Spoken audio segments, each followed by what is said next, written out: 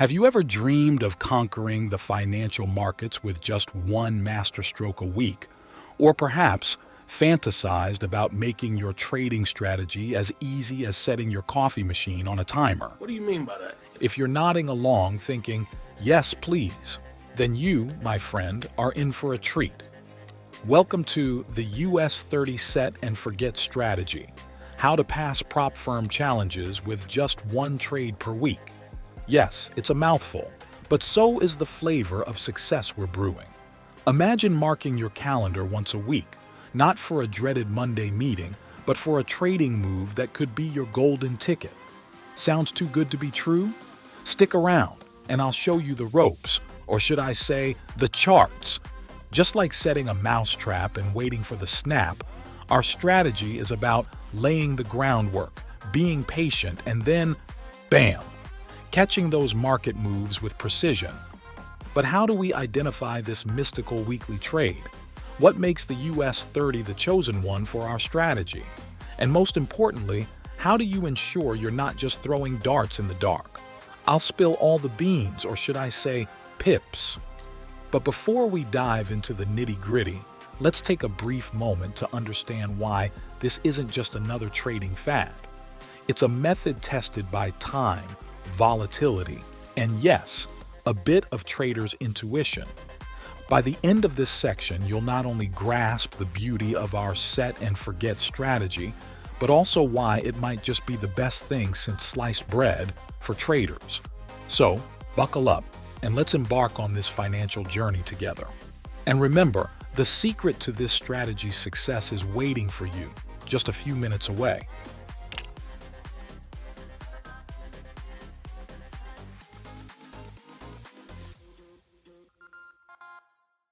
Welcome to the world of trading, where the Dow Jones Industrial Average, also known as the US30, is not just a measure of 30 significant stocks listed on stock exchanges in the United States, but also a field of battle for traders worldwide.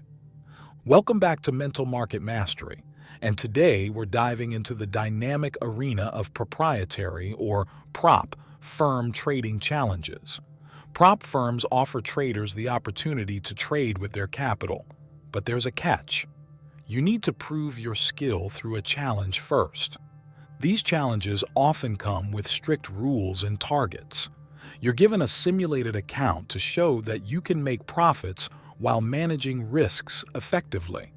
And that brings us to the cornerstone of successful trading: risk management.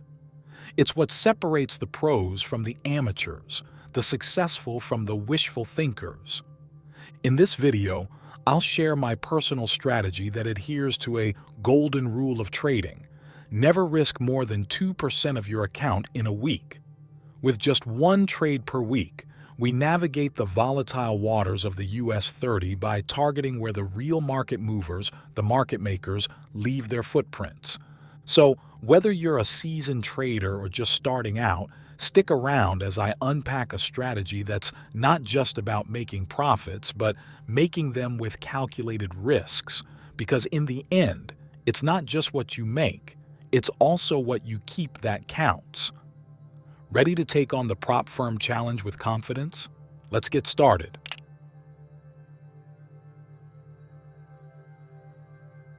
In the bustling world of trading, liquidity is king. But what exactly are liquidity pools, and why are they crucial to the heartbeat of the market? Liquidity pools are like vast reservoirs where traders can buy and sell assets without causing a significant price impact. Imagine them as bustling marketplaces where the availability of buyers and sellers is abundant. In the context of the US30, these pools are often found at significant price levels, where previous highs and lows attract a concentration of orders. Enter the market makers. These are the entities that make the market work smoothly by providing liquidity. They're the wholesalers to your retail, always ready to buy or sell. Market makers manage these pools by setting bids and asks, essentially creating a playing field for the rest of us. Their goal? To profit from the spread, and in doing so, they keep the gears of the market turning. But there's more. Market makers also influence where and how the price moves by targeting these liquidity pools. They know that these are areas where many traders place their stops or intend to enter the market. This can lead to phenomena like stop hunts, where price momentarily spikes to hit a cluster of stop-loss orders before reversing, or fake-outs, where a break of a key level is quickly retraced. Understanding this dance around liquidity pools is fundamental. It's not about out-muscling the market makers. It's about recognizing their patterns and aligning our strategies with the rhythm they set. So, when we talk about liquidity in the US 30, we're not just talking about the availability of funds or assets. We're talking about the very zones that can be the key to unlocking successful trades. Next up, we'll dive into how to identify these liquidity zones and how they form the bedrock of my trading strategy. Stay tuned.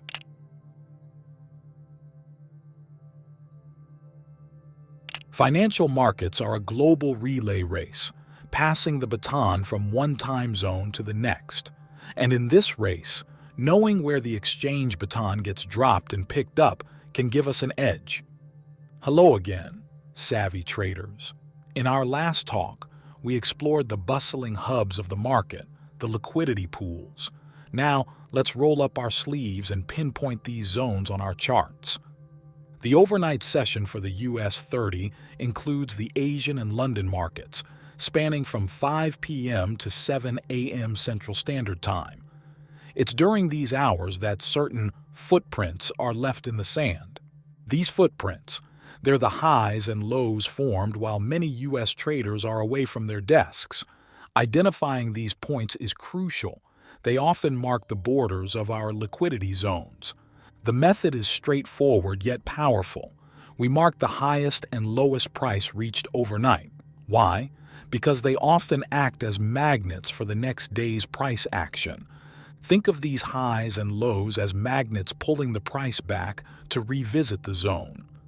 These are the areas where market makers know they can find a pool of orders waiting to be filled. In my strategy, we harness these zones. We look for the US 30 to either respect these levels as a springboard or to breach them to fill the orders before making a significant move. By focusing on these liquidity zones, we're aligning our strategy with the natural ebb and flow of the market, targeting the areas ripe for action when the New York session rings its opening bell. And there's your map to the treasure, folks. But remember, the X marks the spot of opportunity, not guaranteed success. Our strategy uses these marks as guides, not gospel.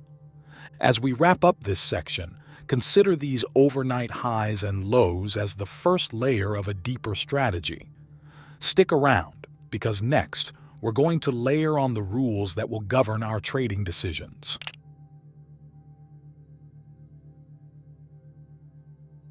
Discipline is not just a virtue in life. It's the bedrock of a solid trading strategy. Let's talk about the rules that make up the cornerstone of my approach to trading the US 30. Firstly, we operate on a one trade per week rule. You might wonder, why just one? It's about focus and precision. Each trade is a sniper shot, not a spray of bullets. By limiting ourselves to one trade, we pour all our analysis and discipline into making that one trade count. Our timing is precise. We target the liquidity zones established during the Asian and London sessions, from 5 p.m. to 7 a.m. Central Standard Time. This window is key because it's when the market often sets the extremes of price action for the day, forming our high and low liquidity zones. These are the thresholds that have not been breached by the New York session, where we often see the day's most significant price movements. It's here, in the quiet before the storm, that we find our strategic edge. And what about risk? We adhere to a strict 2% risk rule per week. This means that, no matter the size of our account, we're only risking 2% on that one trade. It's a rule that keeps us in the game, ensuring that we can withstand the inevitable wrong calls. How do we calculate this? If our account is $10,000, 2% is $200. We then divide this by the number of pips to our stop loss to determine our position size. Simple, yet effective. Now, here's where it gets interesting. When these liquidity zones align with key Fibonacci retracement levels, that's when the magic happens. These confluences are high-probability trading opportunities, giving us the confidence to strike. By following these rules, we create a strategy that's not just about making trades, but making trades that count. It's about quality over quantity, precision over haste. Next, we'll take these rules to the charts, identifying our one perfect shot for the week. Let's dive in.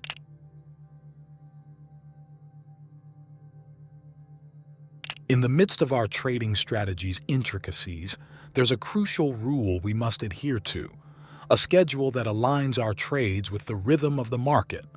Let's mark our calendars for success, shall we? Our battleground is the New York session, but not just any day will do. We pinpoint our strategic strikes on Wednesdays, Thursdays, and Fridays. Yes, you heard it right. These are the days when our trades come to life, poised to capitalize on the week's momentum. Now, you might wonder, what about Mondays and Tuesdays? Consider these days as your strategic pause, a time to plan, analyze, and prepare, but not to execute. Mondays and Tuesdays are our no-trade days, a brief hiatus in our trading symphony. And as we ride the wave from mid to late week, another rule guides our journey.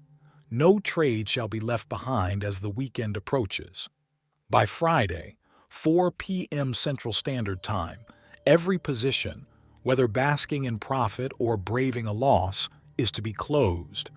This discipline ensures we step into the weekend free from the chains of market volatility, ready to reset, reflect, and recharge. This meticulous timing isn't arbitrary.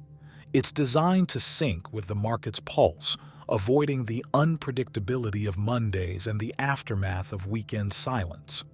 By focusing on the heart of the week, we place ourselves in the best position to act decisively, backed by the most current and significant market movements. Remember, success in trading is not just about the strategies we employ, but also when and how we choose to execute them. Adhering to this rule is a testament to our discipline, a component as critical as any indicator or chart pattern. Let's navigate the market with precision, making every trade count, all within the strategic time frame that positions us for success.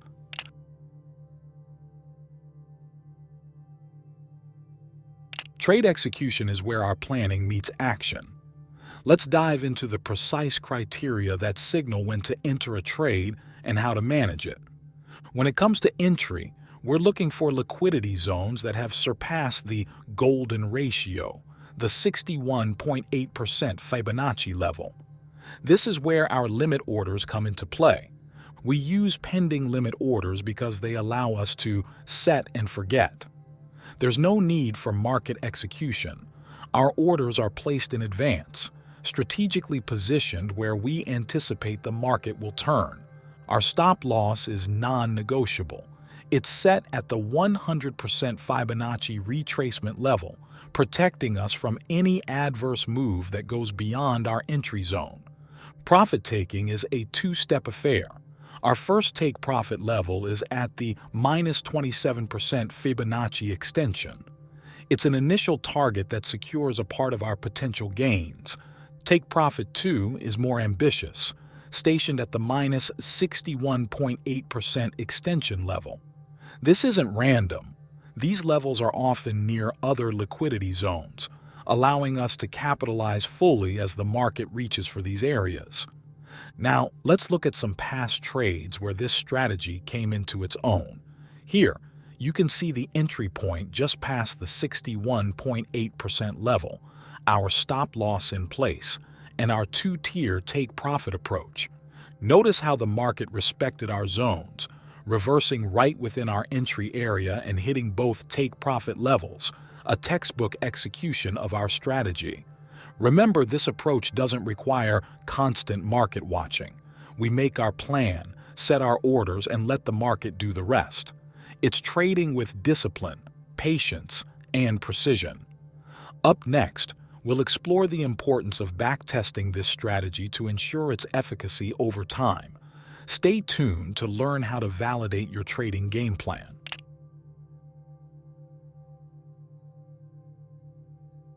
Every seasoned trader will tell you that a strategy untested is a strategy untrusted. Now, we venture into the crucial stages of backtesting and forward testing our strategy. Backtesting is our time machine. It allows us to travel into the market's past and see how our strategy would have performed. Think of it as the ultimate what-if scenario played out with the benefit of hindsight. By examining historical data, we can assess the viability of our strategy over hundreds or even thousands of trades. It's about identifying patterns, consistency, and the potential for profitability. Moving from history to real-time, forward testing, or paper trading is where we bring our strategy to life in the current market. This is the dress rehearsal before the live performance. Using a demo account, we apply our strategy as if we were trading with real capital. No actual money is at risk, but the experience is priceless. Here, we refine our execution, get comfortable with market dynamics, and build confidence. I cannot stress enough how important this phase is. A strategy might look good on paper or sound solid in theory, but the true test lies in the crucible of the market. So, before you risk a single dollar, invest time in backtesting and paper trading. Validate your strategy, iron out the kinks, and only then consider taking it live. In the next section, we'll wrap up with key takeaways and some final thoughts on how to implement this strategy in your trading journey. Stick around.